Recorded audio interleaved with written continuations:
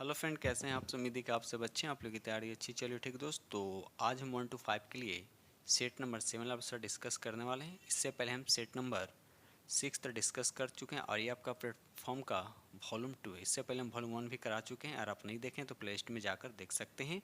और आप लोगों को पता है कि एग्ज़ाम जो है जून महीने में होने वाले हैं। इस समय आप लोग के पास क्या बहुत ही कम बचा है, इसलिए डेली आप लोग प्रैक्टिस किया करें। ठीक है, प्रैक्टिस बहुत ज़रूरी है। चलिए, तो वीडियो को लास्ट तक बनिएगा और जो फ्रेंड चैनल पर पहली बार विजिट करें चैनल को सब्सक्राइब जरूर कर लीजिएगा। ठीक है दोस्त, चलिए तो स्टार्ट करते हैं हम लोग। क्वेश्चन नंबर यहाँ पर 46 है। क्वेश्चन नंबर यहाँ 46 कहता है कि 1940 से 41 में व्यक्तिगत सविनय अवज्ञा की नीति के द्वारा युद्ध के प्रयासों को शांतिपूर्वक विरोध करने का निर्णय किसने लिया, बताइए। तो यहाँ पर राइट आंसर आपका क्या हो जाएगा, महात्मा गांधी। याद रखिएगा, महात्मा गांधी जो है इसका राइट आंसर हो जाएगा। ठीक है, चलिए आगे बढ़ते हैं हम लोग अगले प्रश्न की तरफ। चलिए, क्वेश्चन नंबर यहाँ पे 47 कहता है कि महात्मा गांधी कब भारतीय राष्ट्रीय कांग्रेस के अध्यक्ष बने हैं। तो यहाँ पर राइट आंसर आपका सी हो जाएगा 1924 में। कहाँ, तो बेलगांव। ठीक है, चलिए आगे बढ़ते हैं हम लोग। क्वेश्चन नंबर यहाँ पर 48 कहता है कि महात्मा गांधी की हत्या नाथूराम गोडसे ने निम्नलिखित में से किस तिथि को किया था। तो यहाँ पर राइट आंसर आपका सी हो जाएगा 30 जनवरी 1948। याद रखिए, 30 जनवरी 1948 को हत्या किया था। और महात्मा गांधी का जन्म कब हुआ था, 2 अक्टूबर 1869। याद रखिए, 2 अक्टूबर 1869। ठीक है, चलिए आगे बढ़ते हैं हम लोग। ये रहा अगला प्रश्न की क्वेश्चन नंबर आपका 49 कहता है किस वर्ष में भारत के गवर्नर जनरल को वायसराय की उपाधि दी गई। तो इसका सही आंसर आपका भी हो जाएगा 1858। याद रखिएगा, 1858 यानी भारत शासन एक्ट 1858 के द्वारा कंपनी का शासन समाप्त हो गया और ब्रिटिश ताज को शासन प्रारंभ हुआ। उसी समय जो ये गवर्नर जनरल यानी जनरल जो गवर्नर जनरल इसको वायसराय की उपाधि दिया गया। ठीक है, अब क्वेश्चन यहाँ पर ये बनता है कि भारत का प्रथम वायसराय कौन था।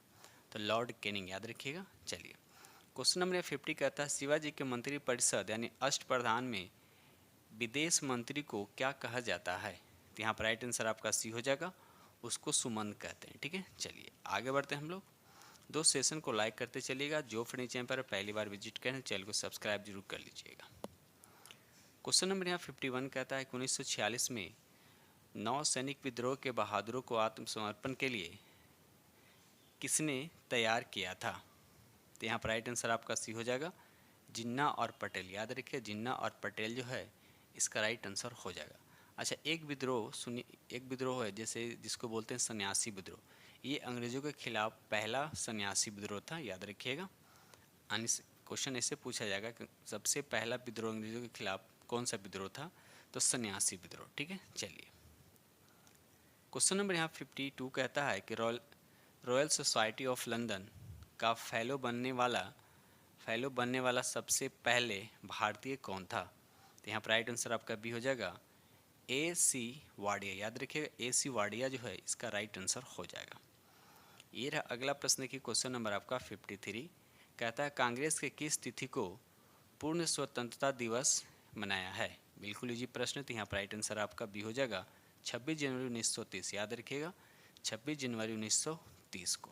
ठीक है, चलिए क्वेश्चन नंबर यहाँ पर 54 कहता है निम्न में से कौन संगठन ब्रह्मा समाज के विरुद्ध है। ब्रह्मा समाज के विरुद्ध आपसे पूछा गया है। तो यहाँ पर राइट आंसर आपका क्या हो जाएगा, धर्म सभा। याद रखिएगा, धर्म सभा। धर्म सभा के संस्थापक कौन है, राधा कांत देव। याद रखिएगा। चलिए आगे बढ़ते हैं हम लोग। क्वेश्चन नंबर यहाँ 55 कहता है स्वामी दयानंद सरस्वती ने प्रथम आर्य समाज 1875 ईस्वी में कहाँ स्थापित की थी, बताइए। तो यहाँ पर राइट आंसर आपका हो जाएगा मुंबई में, यानी बम्बई इसका राइट आंसर हो जाएगा। ठीक है, और उसके बाद 1877 में आर्य समाज का मुख्यालय कहाँ बन गया, तो लाहौर बनाया गया। तो ये सब चीज़ें जो है आप याद रखिएगा। क्वेश्चन नंबर 56 कहता है कि नौजवान सभा नामक क्रांतिकारी संगठन की स्थापना भगत सिंह द्वारा किस वर्ष की गई थी। तो यहाँ पर 56 का राइट आंसर आपका क्या हो जाएगा, आपका सी हो जाएगा 1926। याद रखिएगा, 1926 जो है इसका राइट आंसर हो जाएगा। ठीक है, चलिए ये रहा अगला प्रश्न की क्वेश्चन नंबर आपका 57 कहता है किस मराठा अंग यानी राज की राजधानी इंदौर थी। तो यहाँ पर राइट आंसर आपका सी हो जाएगा होलकर। याद रखिएगा, होलकर जो है इसका सही आंसर हो जाएगा। ठीक है, चलिए आगे बढ़ते हैं हम लोग। ये रहा अगला प्रश्न देखिए, क्वेश्चन नंबर आपका 58। कहता है निम्नलिखित में से बिहार के किस जिले की सीमा गंगा को स्पर्श नहीं कर, देखिए गंगा को स्पर्श नहीं करती, तो आपको पता होना चाहिए गंगा बिहार के कितने जिला जो गंगा को स्पर्श करती है, तो 12 जिले, याद रखिएगा 12 जिले। इसमें कौन स्पर्श नहीं करती है, तो यहाँ पर दरभंगा जो हो जाएगा, ये जो है बिहार, ये जो है गंगा नदी को स्पर्श नहीं करती है। अब एक क्वेश्चन यहाँ से और बनता है कि गंगा नदी जो है इसकी लंबाई बिहार में कितना है, तो याद रखिए 445 किलोमीटर, ठीक है 445 किलोमीटर, ठीक है। चलिए ये रहा अगला प्रश्न की क्वेश्चन नंबर आपका 59। कहता है कि वायसराय की कार्यकारी परिषद में शामिल होने वाले प्रथम भारतीय कौन थे, तो यहाँ पर राइट आंसर आपका सी हो जाएगा सत्येंद्र प्रसन्ना सिंह, राइट आंसर आपका यहाँ पे सी हो जाएगा। क्वेश्चन नंबर यहाँ पर 60 कहता है कि गोदावरी डेल्टा किस राज्य में पड़ता है, बताइए, बिल्कुल इजी प्रश्न है, तो ये आपका भी हो जाएगा आंध्र प्रदेश में, याद रखिएगा आंध्र प्रदेश में पड़ता है। अगर आपसे महान नदी का पूछेगा डेल्टा तो उड़ीसा में पड़ता है, कृष्ण नदी आपका आंध्र प्रदेश में पड़ता है, ठीक है, और एक कावेरी डेल्टा ये तमिलनाडु में पड़ता है, ठीक है, तो यहाँ पर राइट आंसर आपका बी हो जाएगा।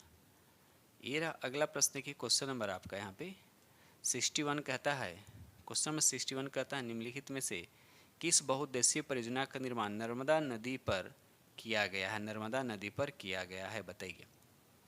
तो यहाँ पर राइट आंसर पहला ही दे रखा है सरदार सरोवर परियोजना, याद रखिए सरदार सरोवर परियोजना जो है इसका राइट आंसर हो जाएगा, ठीक है। एक और बहुत सारी इंपॉर्टेंट परियोजना जैसे इडुक्की परियोजना, तो ये पेरियार नदी पे है। उकाई परियोजना की अगर बात करते हैं तो ताप्ती नदी पे है, ठीक है। उसके बाद तिलैया परियोजना किस पे है, तो बराकर नदी पे, ये सब चीज़ें याद रखिएगा। ये रहा अगला प्रश्न की क्वेश्चन नंबर आपका क्वेश्चन नंबर 62 कहता है कि भारतीय मानक समय, इसको बोलते हैं IST, ग्रीनविच मीन टाइम से, ये पहले वाले वीडियो में पहले 6 वाले सेट में हम बताया था, ठीक है, कितना घंटा आगे, तो 5.5 घंटा आगे है, तो राइट आंसर आपका यहाँ पे सी हो जाएगा, यानी 62 का राइट आंसर आपका सी हो जाएगा, ठीक है। चलिए आगे बढ़ते हैं हम लोग। क्वेश्चन नंबर 63 कहता है कि अक्षांश 1 डिग्री लगभग कितने किलोमीटर के बराबर होते हैं, तो याद रखिएगा 111, यानी 111 किलोमीटर के लगभग ये बराबर होता है। और टोटल अक्षांश रेखा पूछा जाता है कितना होता है, तो 181, कितना होता है 181, ठीक है। चलिए ये रहा अगला प्रश्न देखिए, 181 तो बोलेंगे किसी किसी बुक में 169 भी 179 भी रहता है, यानी 179 भी, ऐसा क्यों होता है, जैसे अगर पोल की बात करते हैं तो पोल यहाँ पर जो होता है इसको अगर बिंदु मान लेते तो ही 2 माइनस हो जाता है, इसमें से 2 माइनस हो जाता है, तो कहीं कहीं 179 भी आपको देखने को मिलेगा, यानी 179 भी आप लोग को कहीं कहीं देखने को मिलेगा, ठीक है। चलिए क्वेश्चन नंबर यहाँ पे 64 कहता है कि निम्नलिखित में से किसे विश्व के सर्वोच्च युद्ध क्षेत्र के रूप में जाना जाता है, तो यहाँ सियाचिन ग्लेशियर को, तो राइट आंसर आपका यहाँ पे सियाचिन ग्लेशियर, यानी राइट आंसर आपके यहाँ पर क्या हो जाएगा, आपका सी हो जाएगा। अब ये सियाचिन ग्लेशियर जो हिमालय के पूर्वी काराकोरम पर्वत में भारत पाक नियंत्रण रेखा के आसपास स्थित एक हिमानी है, ठीक है। चलिए क्वेश्चन नंबर यहाँ पर 65 कहता है कि जवादी पहाड़ी किस राज्य में है, बताइए। तो इसका राइट आंसर आपका भी हो जाइए तमिलनाडु में, कहाँ है, ये तमिलनाडु में है, ठीक है। पश्चिमी घाट एक आता है पश्चिमी घाट, पश्चिमी घाट को किस नाम से जानते हैं, तो सह्याद्री के नाम से भी जाना जाता है, ठीक है। चलिए आगे बढ़ते हैं हम लोग अगले प्रश्न की तरफ। क्वेश्चन नंबर यहाँ पे 66 कहता है कि भारतीय इतिहास के किस काल को चित्रित धूसर मृदांड काल के रूप में जाना जाता है, तो यहाँ पर राइट आंसर आपका सी हो जाएगा उत्तर वैदिक काल को, याद रखिए उत्तर वैदिक काल जो है इसका राइट आंसर हो जाएगा। क्वेश्चन नंबर 67 कहता है भारत में ग्रीष्मकालीन मानसून के प्रवाह की सामान्य दिशा निम्न में से कौन सा है, बताइए। बिल्कुल जी प्रश्न, तो यहाँ पर राइट आंसर आपका हो जाएगा दक्षिण पश्चिम मानसून। और आपको पता होना चाहिए कि दक्षिण पश्चिम मानसून से ही भारत में सबसे ज़्यादा क्या होता है, बारिश होता है, ठीक है। चलिए आगे बढ़ते हैं हम लोग अगले प्रश्न की तरफ। ये रहा अगला प्रश्न की क्वेश्चन नंबर आपके यहाँ पे 68 कहता है कि नलबान द्वीप कहाँ स्थित है, आपको बताने हैं कि नलबान द्वीप जो है ये कहाँ स्थित है, तो ये उड़ीसा में है, कहाँ है, उड़ीसा में है, तो राइट आंसर आपके यहाँ पे ए हो जाएगा, उड़ीसा के छिलका झील में, तो राइट आंसर आपके यहाँ पे ए हो जाएगा, ठीक है। चलिए क्वेश्चन नंबर यहाँ 69 कहता है इनमें से कौन सी नीलगिरी पहाड़ी की सबसे ऊंची चोटी, देखिए नीलगिरी की पहाड़ी की सबसे ऊंची चोटी पूछा जा रहा है, तो यहाँ पर राइट आंसर आपका क्या हो जाएगा, आपका ए हो जाएगा, ठीक है। और नीलगिरी की बात हो रहा है तो नीलगिरी से क्वेश्चन आता है, नीलगिरी से क्वेश्चन आता है जो जहाँ पर पश्चिमी घाट और पूर्वी घाट आकर क्या होती हैं, मिलती हैं। ठीक है, और एक क्वेश्चन और बनता है यहाँ से कि दक्षिण भारत की सबसे सर्वोच्च चोटी कौन है, तो अनाईमुदी, याद रखिएगा, जो अन्नामलाई के पर्वत पे स्थित है। और इसके अगर ऊंचाई की बात करते हैं तो कितना है, 2695। ठीक है, 2695 मीटर इसकी ऊंचाई है। ठीक है, चलिए आगे बढ़ते हैं हम लोग। ये रहा अगला प्रश्न, देखिए क्वेश्चन नंबर यहाँ पे 70। क्वेश्चन में 70 कहता है कि संघ लोक सेवा आयोग के किसी सदस्य का कार्यकाल निम्न में से क्या होता है। तो यहाँ पर राइट आंसर आपका ए हो जाएगा, पद ग्रहण के तारीख से 6 वर्ष की अवधि या 65 वर्ष की आयु प्राप्त करने तक इनमें से जो पहले हो। ठीक है, अब यहाँ पर देखिए, यहाँ पर आपकी बात किया जा रहा है संघ लोक सेवा आयोग की। तो संघ लोक सेवा की अगर हम बात करते हैं तो इसकी नियुक्ति किसके द्वारा किया जाता है, तो इसकी नियुक्ति जो है अध्यक्ष या इसके सदस्यों की नियुक्ति जो है राष्ट्रपति के द्वारा किया जाता है। ठीक है, चलिए ये रहा अगला प्रश्न की क्वेश्चन नंबर आपका यहाँ पे 71 कहता है प्राक्कलन समिति में राज्यसभा से कितने सदस्य होते हैं, बताइए। राज्यसभा से कितने सदस्य होते हैं प्राक्कलन समिति में। तो यहाँ पर राइट आंसर आपका क्या हो जाएगा, ई हो जाएगा। देखिए प्राक्कलन समिति में सिर्फ क्या होता है, लोकसभा के सदस्य होते हैं। अब प्राक्कलन समिति में कितने सदस्य होते हैं, तो 30 सदस्य होते हैं। इसमें लोकसभा ये राज्यसभा के सदस्य नहीं होते हैं। ठीक है, तो यहाँ पर राइट आंसर आपका क्या हो जाएगा, ई हो जाएगा। ठीक है दोस्त, चलिए आगे बढ़ते हैं हम लोग अगले प्रश्न की तरफ। ये रहा अगला प्रश्न की क्वेश्चन नंबर आपका 72 कहता है विशेष परिस्थितियों में लोकसभा और राज्यसभा की संयुक्त बैठक का प्रावधान भारतीय संविधान के किस अनुच्छेद में किया गया है। तो इसका राइट आंसर आपका भी हो जाएगा अनुच्छेद 108। याद रखिए अनुच्छेद 108, तो राइट आंसर आपके यहाँ पे बी हो जाएगा। अब देखिए एक क्वेश्चन आप याद रखिएगा कि अभी तक भारत के इतिहास में 3 बार संयुक्त अधिवेशन हो चुका है। कितने बार, 3 बार, तो भी याद रखिएगा। चलिए क्वेश्चन नंबर यहाँ पे 73 कहता है कि दल परिवर्तन के आधार पर सदन के किसी सदस्य के निर्हरता संबंधी प्रश्न का निर्णय करने का अधिकार निम्न में से किसके पास है। तो यहाँ पर राइट आंसर आपका सी हो जाएगा, संबंधित सदन के अध्यक्ष और सभापति के पास। तो राइट आंसर आपका यहाँ पे सी हो जाएगा। ठीक है, चलिए ये रहा अगला प्रश्न देखिए क्वेश्चन नंबर आपका 74 कहता है कि सर्वोच्च न्यायालय के मुख्य न्यायाधीश और संघ लोक सेवा आयोग के अध्यक्ष, मुख्य निर्वाचन आयुक्त और भारत के नियंत्रक महालेखा परीक्षक पदों में वरीयता के क्रम में सबसे उच्च क्रम पर कौन पद है, बताइए। तो यहाँ पर राइट आंसर आपका क्या हो जाएगा, ए हो जाएगा, सर्वोच्च न्यायालय के मुख्य न्यायाधीश। तो राइट आंसर आपके यहाँ पे ए हो जाएगा। ठीक है, चलिए आगे बढ़ते हैं हम लोग अगले प्रश्न की तरफ। ये रहा अगला प्रश्न की क्वेश्चन नंबर आपके यहाँ पे 75 कहता है किसी राज्य में विधान परिषद के सृजन के लिए निम्नांकित में कौन आवश्यक शर्त है, बताइए। तो यहाँ पर राइट आंसर आपका पहला ही हो जाएगा, संबंधित राज्य की विधानसभा के सदस्य संख्या कम से कम 120 हो। कितना होना चाहिए, कम से कम 120 हो। तो यहाँ पर राइट आंसर आपका क्या हो जाएगा, आपका ए हो जाएगा। ठीक है, चलिए आगे बढ़ते हैं हम लोग अगले प्रश्न की तरफ।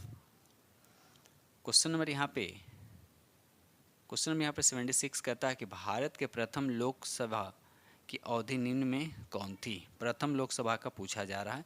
तो यहाँ पर राइट आंसर आपका ए हो जाएगा, अप्रैल 1952 से अप्रैल 1957 इसका राइट आंसर हो जाएगा। ठीक है, चलिए आगे बढ़ते हैं। कभी कभी भी क्वेश्चन पूछ दिया जाता है कि प्रथम लोकसभा का प्रथम अध्यक्ष कौन थे, तो जीवी मावलंकर, भी याद रखिएगा। और प्रथम लोकसभा का प्रथम उपाध्यक्ष कौन थे, तो MN अयंगर, सब याद रखिएगा। चलिए ये रहा अगला प्रश्न देखिए क्वेश्चन नंबर आपका 77 भारत का नियंत्रक एवं महालेखा परीक्षक पद एवं उसके संबंधित शर्तों का उल्लेख भारतीय संविधान के किस अनुच्छेद में है। तो यहाँ पर राइट आंसर आपका हो जाएगा अनुच्छेद 148। याद रखिए अनुच्छेद जो है 148 जो है इसका राइट आंसर हो जाएगा।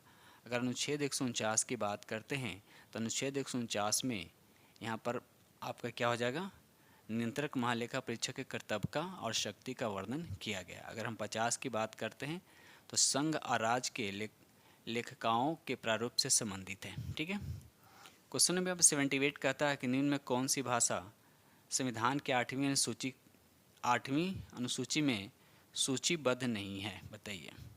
तो मणिपुरी है, उड़ीसा है, लेकिन राजस्थानी नहीं है, तो राइट आंसर आपका यहाँ पे सी हो जाएगा। अब यहाँ से भी क्वेश्चन एग्जाम में देखने को मिलता है। तो मूल संविधान में कितने भाषाएं थे? तो 14। अभी वर्तमान में कितना हो गया है? तो 22। ठीक है, तो 22 कैसे हुआ? तो 3 संविधान संशोधन हुआ था। एक संशोधन हुआ था 21 में, जिसमें एक को जोड़ा गया था सिंधी भाषा को।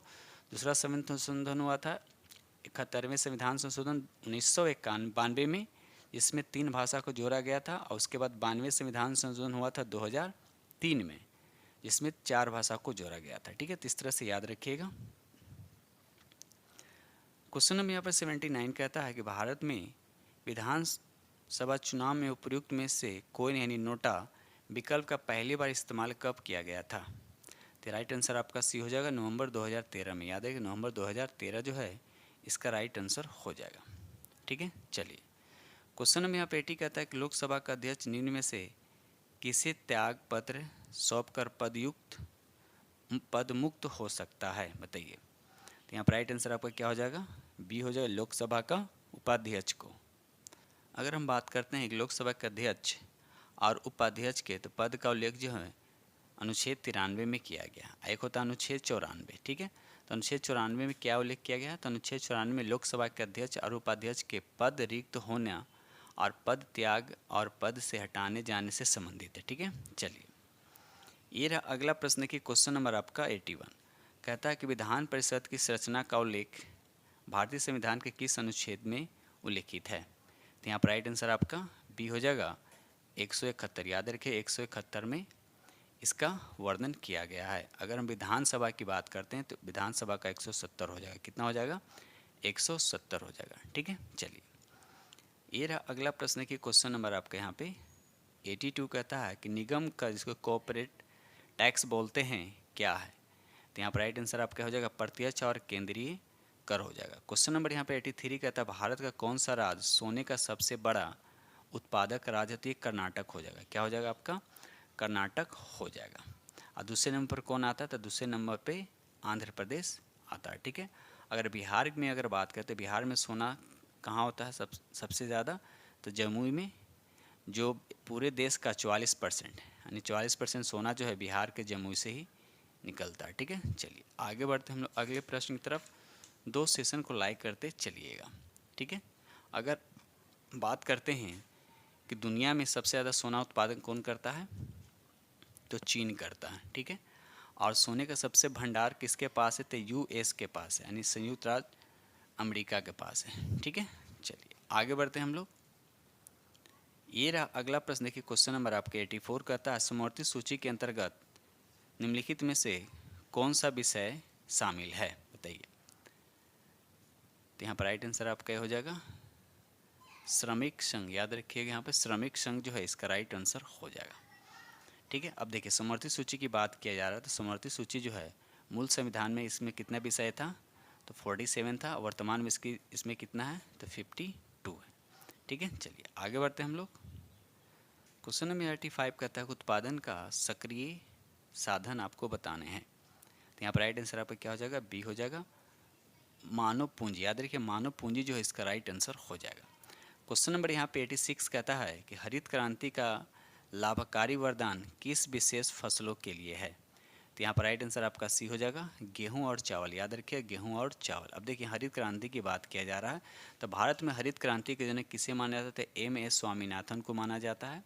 ठीक है, अगर दुनिया में पूछे दुनिया में हरित क्रांति के जनक किसे माना जाता है, तो नॉर्मन बोरलॉग को माना जाता है। ठीक है, चलिए आगे बढ़ते हैं हम लोग। ये रहा अगला प्रश्न की क्वेश्चन नंबर आपका 87 कहता है कृषि को उद्योग, देखिए कृषि को उद्योग की दर्जा देने वाला भारत का पहला राज्य कौन है? तो यहाँ पर राइट आंसर आपका सी हो जाएगा, महाराष्ट्र। याद रखिएगा महाराष्ट्र जो है इसका राइट आंसर हो जाएगा। और दर्जा कब दिया गया था? तो इसको 1977 में। ठीक है, चलिए आगे बढ़ते हैं हम लोग।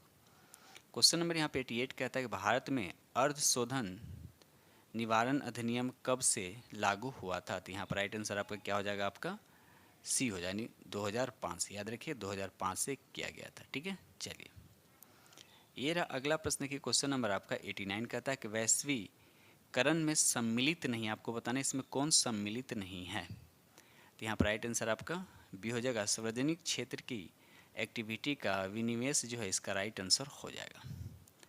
ये रहा अगला प्रश्न देखिए, क्वेश्चन नंबर आपका यहाँ पे 90 कहता है कि भारत में कृषि पुनर्वित्त प्रदान करने के लिए शिखर स्तर के बैंक का नाम आपको बताना है। तो यहाँ पर राइट आंसर आपका भी हो जाएगा कृषि तथा ग्रामीण विकास राष्ट्रीय बैंक जो है इसका राइट आंसर हो जाएगा। ठीक है, चलिए ये रहा अगला प्रश्न। देखिए क्वेश्चन नंबर आपके यहाँ पे 91 कहता है छड़ चुंबक के भीतर चुंबकीय क्षेत्र रेखाओं की दिशा किस प्रकार होती है। तो यहाँ पर राइट आंसर आपका सी हो जाएगा दक्षिणी ध्रुव से उत्तरी ध्रुव इसका राइट आंसर हो जाएगा। ठीक है, चलिए आगे बढ़ते हैं हम लोग। ये रहा अगला प्रश्न। देखिए क्वेश्चन नंबर आपका 92। क्वेश्चन नंबर यहाँ पे 92 कहता है कि एक अभिसारी लेंस जिसको बोलते हैं उत्तल लेंस बोलते हैं, ठीक है, को पर्दे पर एक प्रतिबिंब बनाने में प्रयुक्त किया जाता है। जब लेंस का ऊपरी भाग किसी अपारदर्शी पर्दे से ढक दिया जाता है तो क्या होगा। तो यहाँ पर राइट आंसर आपका सी हो जाएगा प्रतिबिंब की तीव्रता क्या हो जाएगी, घट जाएगी। तो यहाँ पर राइट आंसर आपका क्या हो जाएगा, आपका सी हो जाएगा। ठीक है, चलिए आगे बढ़ते हैं हम लोग। ये रहा अगला प्रश्न की क्वेश्चन नंबर आपका यहाँ पे 93 कहता है कि एक व्यक्ति एक दीवार पर बल आरोपित करता है लेकिन वह उसे ढकेल नहीं पाता है, वह किस प्रकार का कार्य करता है। तो यहाँ पर राइट आंसर आपका सी हो जाएगा कोई कार्य नहीं करता है, उस पर कोई वर्क नहीं होता। अब देखिए वर्क कब होता है कब नहीं, सबसे पहले आपको फार्मूला पता होना चाहिए। तो वर्क के जो फार्मूला क्या होता है एफ एस, उसके बाद होता है कॉस थीटा होता है। ठीक है, तो अब कब वर्क नहीं होता है कब होता है भी जान लीजिए। कार्य शून्य तब होगा जब आरोपित बल क्या होंगे आपका शून्य होगा, पहला कंडीशन। दूसरा है कि कार्य शून्य तब होगा जब आपका डिस्प्लेसमेंट क्या हो जाएगा आपका ज़ीरो होगा, दूसरा कारण। उसके बाद कार्य जो है मैक्सिमम कब होगा, यानी वर्क जो है मैक्सिमम कब होगा जब दोनों के बीच, यानी बोल सकते हैं कि बल और विस्थापन के बीच जो है 0 डिग्री हो, इस वक्त क्या होगा आपका वर्क क्या होगा सबसे ज़्यादा होगा। और वर्क निगेटिव कब होगा, निगेटिव कब होगा जब बल और विस्थापन के बीच 180 डिग्री का एंगल होगा। ठीक है, और एक क्वेश्चन और पूछा जाता है कि बल और विस्थापन जब 90 पर होता है तो कार्य क्या होता है, तो इस कंडीशन में भी कार्य क्या होते हैं 0 होते हैं। तो ये सब चीज़ें जो हैं याद रखिएगा। चलिए आगे बढ़ते हैं हम लोग अगले प्रश्न की तरफ। 2 सेशन को लाइक ज़रूर करते चलिएगा। ठीक है, चलिए ये रहा अगला प्रश्न की क्वेश्चन नंबर आपके यहाँ पे 94। चित्र में किसी तरंग यानी वेव फॉर्म को प्रदर्शित करता है जिसकी आवृत्ति 60 हर्ट्ज है, तो आयाम क्या होगा बताइए। 60 हर्ट्ज है तो इसका आयाम आपको बताने हैं। ठीक है, चलिए 60 हर्ट्ज इसका आपको बताने हैं तो उसका आयाम आपको बताना है, तो आयाम कितना होगा। तो यहाँ पर देखा जाए तो यहाँ पर आपके जो कितना उठा है यहाँ पर 6 तक उठा हुआ है ना, तो ये उसका क्या हो जाएगा आपका आयाम हो जाएगा। आयाम क्या एक तरह का क्या होता है आपका आयाम जो होता है एक तो सदिश राशि होता है। ठीक है, तो यहाँ पर 6 मीटर हो गया। तो देखते हैं ऑप्शन क्या दे रखा है यहाँ पे। तो यहाँ पर दे रखा आपका पहला ही ऑप्शन होगा, तो राइट आंसर आपका यहाँ पे ए हो जाएगा। ठीक है, चलिए ये रहा अगला प्रश्न की क्वेश्चन नंबर आपका 95। कहता वर्षा के बाद वायुमंडल में जल की निलंबित बूंदों से इंद्रधनुष बनता है। इंद्रधनुष बनने के लिए आवश्यक परिघटनाओं में इनमें कौन सी परिघटना शामिल है। तो यहाँ पर राइट आंसर पहला ही दे रखा अपवर्तन होगा, वर्ण विक्षेपण होगा, पूर्ण आंतरिक परावर्तन का संयोजन होगा। तो राइट आंसर आपका ए हो जाएगा।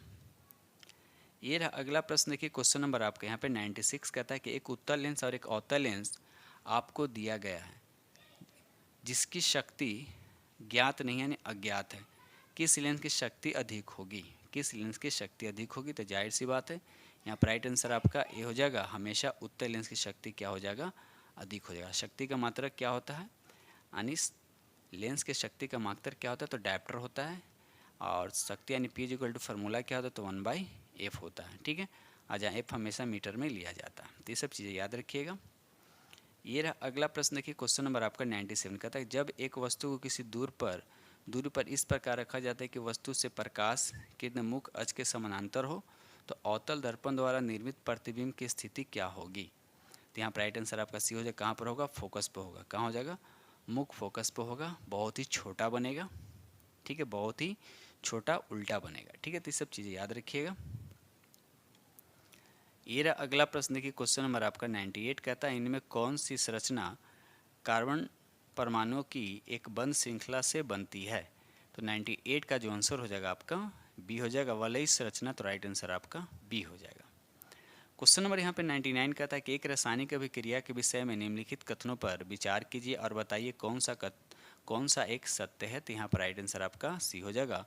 कुल द्रव्यमान में परिवर्तन नहीं होता है, तो यहाँ पर राइट आंसर आपका सी हो जाएगा। ये रहा अगला प्रश्न की क्वेश्चन नंबर आपका यहाँ पे 100 कहता है धातुओं के संबंध में इनमें कौन सा कथन आपका सही नहीं। धातु के बारे में बताना है कि इनमें कौन सा कथन आपका सत्य नहीं है। पहला यहाँ देखिए बी दे रखा आपको, सामान्य धातु अम्लीय ऑक्साइड होते, गलत बात है। सामान्य धातु क्या होता है, क्षारीय ऑक्साइड बनाते हैं। तो ये स्टेटमेंट बिल्कुल आपका क्या है, गलत है। बाकी सभी आपके सही है। आगे बढ़ते हैं हम लोग। क्वेश्चन नंबर यहाँ पर 101 कहता है कि निम्न में कौन सा कार्बन यौगिक गुड़ के कीवन से बनता है। तो यहाँ पर राइट आंसर आपका सी हो जाएगा, इथेनॉल। याद रखिए इथेनॉल जो है इसका राइट आंसर हो जाएगा। आगे बढ़ते हैं हम लोग अगले प्रश्न की तरफ। क्वेश्चन नंबर यहाँ पर 102 कहता है कैल्शियम कार्बोनेट को गर्म करने पर इसका फार्मूला होता है CaCO क्या होता है 3 होता है। ठीक है, गर्म करने पर इनमें कौन सा उत्पाद बनता है। तो यहाँ पर राइट आंसर आपका क्या हो जाएगा, सी हो जाएगा, अनबुझा चूना। तो राइट आंसर आपके यहाँ पे सी हो जाएगा। इसको बोलते हैं क्विक लाइम। ये रहा अगला प्रश्न की क्वेश्चन नंबर आपका 103 का आधुनिक आवर्त सारणी में धात्विक गुणों की प्रवृत्ति के संबंध में इनमें से कौन सी कथन सही है। तो 103 का राइट आंसर आपका सी हो जाएगा। धात्विक गुण आवर्त में घटता है और समूह में नीचे की ओर जाने पर क्या होता है, बढ़ता है। तो राइट आंसर आपके यहाँ पे सी हो जाएगा। ये रहा अगला प्रश्न की क्वेश्चन नंबर आपका 104 का था इनमें से किस कोलाइड में तरल परिक्षेपण माध्यम में ठोस परिक्षेपित प्रावस्था में होती है। तो यहाँ पर राइट आंसर आपका सॉल्व हो जाएगा। ठीक है, चलिए आगे बढ़ते हैं हम लोग। क्वेश्चन नंबर यहाँ पर 105 का था मानव में उत्सर्जन तंत्र के सही अनुक्रमिक क्रम को पहचाना है। उत्सर्जन तंत्र की बात किया जा रहा है। ठीक है, बताइए। तो यहाँ पर 105 का राइट आंसर आपका पहला होगा यानी ये हो जाए ब्रीक, मूत्रवाहिनी, मूत्राशय और मूत्रमार्ग। तो यहाँ पर राइट आंसर आपका ये हो जाएगा। ठीक है, चलिए ये रहा अगला प्रश्न के क्वेश्चन नंबर आपके यहाँ पे क्वेश्चन नंबर 106 कहता है कि पादप कोशिका में कोशिका भित्ति क्यों पाई जाती है, बताइए। तो यहाँ पर राइट आंसर आपका हो जाएगा क्योंकि कोशिका भित्ति विभिन्न पर्यावरणीय कारकों से पादप कोशिका की क्या करती है, रक्षा करती है। तो राइट आंसर आपका ए हो जाएगा। ये रहा अगला प्रश्न की क्वेश्चन नंबर आपका यहाँ पे 107 कहता है रक्त के द्रव मैट्रिक्स को क्या कहा जाता है। तो उसको सी हो जाए, इसको प्लाज्मा कहते हैं। क्या कहते हैं उसको, प्लाज्मा कहते हैं। तो राइट आंसर आपका ए हो जाएगा, सी हो जाएगा। क्वेश्चन नंबर यहाँ पे 108 कहता है कि निम्नलिखित में से कौन सा महिला प्रजनन प्रणाली का हिस्सा नहीं है। महिला प्रजनन प्रणाली का हिस्सा नहीं है, आपसे पूछा जा रहा था। यहाँ पर राइट आंसर आपका ए हो जाएगा, वास डेफरेंस। याद रखिए वास डेफरेंस जो है ये इसका राइट आंसर हो जाएगा। ये रहा अगला प्रश्न की क्वेश्चन नंबर आपका 109 कहता है कि परागकण को वर्तिकाग्र पर स्थानांतरित करने के बाद सबसे पहले उसका क्या होता है। तो यहाँ पर राइट आंसर आपका सी हो जाएगा, यह नाभिक को बीजांड में स्थानांतरित करने के लिए एक नलिका विकसित करता है। तो यहाँ पर राइट आंसर आपका सी हो जाएगा। ठीक है, चलिए आगे बढ़ते हैं हम लोग अगले प्रश्न की तरफ। दो सेशन को लाइक जरूर कीजिए, आप लोग लाइक नहीं करते और शेयर नहीं करते हैं। ठीक है, जो फ्री चैनल पर पहली बार विजिट कर रहे हैं चैनल के माध्यम से या इस वीडियो के माध्यम से थोड़ा सा भी हेल्प होता है चैनल को सब्सक्राइब जरूर कर लीजिएगा। चलिए क्वेश्चन नंबर यहाँ पर 110 कहता है कि एड्स किसके कारण होता है। बिल्कुल इजी प्रश्न है, तो विषाणु के कारण होता है। याद रखिएगा विषाणु के कारण होता है। क्वेश्चन नंबर 111 कहता है इनमें से किस प्रकार की कोशिकाएं पादपों में संवहनी ऊतक का भाग नहीं होती है। तो यहाँ पर राइट आंसर आपका हो जाएगा कोलेन कायमा। याद रखिएगा कोलेन कायमा जो है इसका राइट आंसर हो जाएगा। ये रहा अगला प्रश्न की क्वेश्चन नंबर आपका 112 कहता है कि हार में मौजूद वसा छोटी आंत में बड़ी गोलिकाएं क्यों बनाते हैं। तो यहाँ पर राइट आंसर आपका भी हो जाए क्योंकि वसा अमाशय में उत्पन्न जल मुक्त कर्दम के साथ अच्छी तरह मिश्रित नहीं हो पाते हैं। तो राइट आंसर आपका यहाँ पे बी हो जाएगा। ये रहा अगला प्रश्न की क्वेश्चन नंबर आपका 113 कहता है कि निम्नलिखित में कौन सा शब्द जल के अणुओं की एक वर्णतः पारगम्य झिल्ली के आर पार गति का वर्णन करता है। तो यहाँ पे 113 का राइट आंसर आपका सी हो जाएगा, प्रासरण जो है इसका राइट आंसर हो जाएगा। ये रहा अगला प्रश्न की क्वेश्चन नंबर आपका 114 कहता है कि समुद्र तल की तुलना में अधिक ऊंचाई पर सांस लेना अधिक कठिन क्यों होता है। बिल्कुल इजी प्रश्न दे रखा है। तो यहाँ पर राइट आंसर आपका हो जाएगा अधिक ऊंचाई पे वातावरण क्या होता है, कम सघन होता है, इसकी जैसे से ऊपर जाता है एयर का डेंसिटी क्या हो जाता है, घटता चला जाता है। तो यहाँ पर राइट आंसर आपका क्या हो जाएगा, ए हो जाएगा। आगे बढ़ते हैं। क्वेश्चन नंबर यहाँ पर 115 कहता है कि चिकन पॉक्स किस वायरस के कारण होता है, बताइए। चिकन पॉक्स जो है किस वायरस के कारण होता है, तो यहाँ पर 15 का राइट आंसर आपका भी हो जाएगा वेरिसेला वायरस। याद रखिए वेरिसेला वायरस के कारण ऐसा होता है। डेंगू ज्वर किस वायरस से होता है, तो अरबो वायरस से होता है। ठीक है, मेन मेन पॉइंट्स जैसे इन्फ्लुएंजा किससे होता है, तो मिक्सो वायरस से होता है।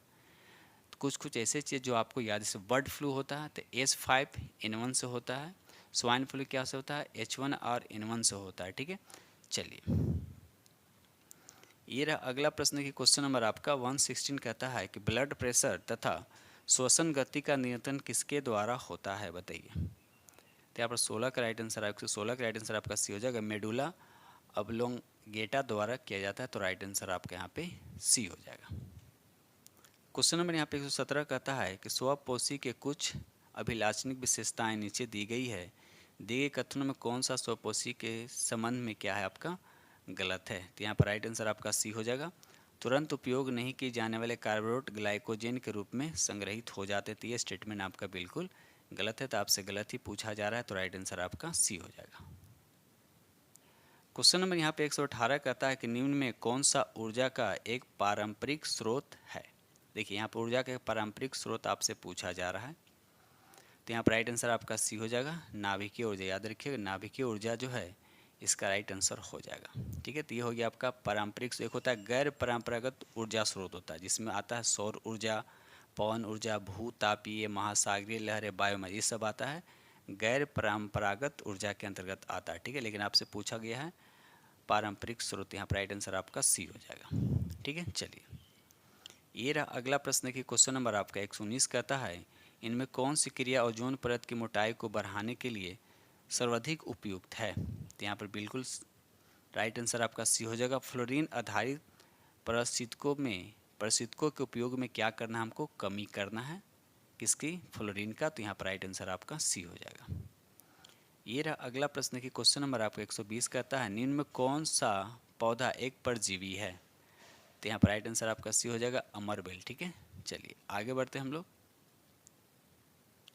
क्वेश्चन नंबर यहाँ पर 121 कहता है खतरनाक अपशिष्ट के निपटान की सर्वोत्तम विधि क्या है, बताइए। तो यहाँ पर राइट आंसर आपका हो जाएगा भस्मीकरण यानी जलाना, जो इसका राइट आंसर हो जाएगा।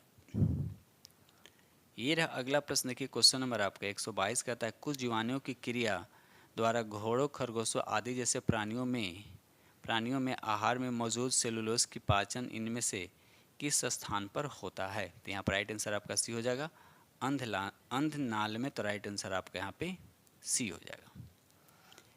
चलिए यहाँ पर देखिए क्वेश्चन आपसे क्या पूछा, निम्नलिखित में कौन ऊर्जा का गैर पारंपरिक स्रोत नहीं है। ऊर्जा का गैर पारंपरिक स्रोत नहीं है, तो यहाँ पर हो जाएगा आपका परमाणु ऊर्जा। बाकी सभी यहाँ पर देखिए सौर ऊर्जा, भूतापीय, पवन ऊर्जा, बायोमास, ये सब आपका क्या हो जाएगा गैर पारंपरिक स्रोत हो जाएगा। ठीक है, लेकिन यहाँ पर परमाणु ऊर्जा आपका नहीं, ये आपका क्या है परंपरागत ऊर्जा का संसाधन है। ठीक है, क्वेश्चन नंबर यहाँ पर 124 कहता है कि 22 मार्च 2024 को कौन सा दिवस मनाया जाएगा। ठीक है, या मनाया गया है तो बताइए। देखिए तो 22 मार्च को बिहार दिवस भी मनाया जाता है, पृथ्वी दिवस भी मनाया जाता है और जल दिवस भी मनाया जाता है। तो यहाँ पर राइट आंसर आपका क्या हो जाएगा, आपका उपयुक्त में से एक से अधिक, तो राइट आंसर आपका डी हो जाएगा। ये रहा अगला प्रश्न की क्वेश्चन नंबर आपका 125 कहता है कि हाल ही में किस राज्य के सौराष्ट्र क्रिकेट एसोसिएशन स्टेडियम का नाम बदलकर निरंजन शाह स्टेडियम किया गया है, बताइए किस राज्य का। तो यहाँ पर राइट आंसर आपका सी हो जाएगा गुजरात। याद रखिए गुजरात जो है इसका राइट आंसर हो जाएगा।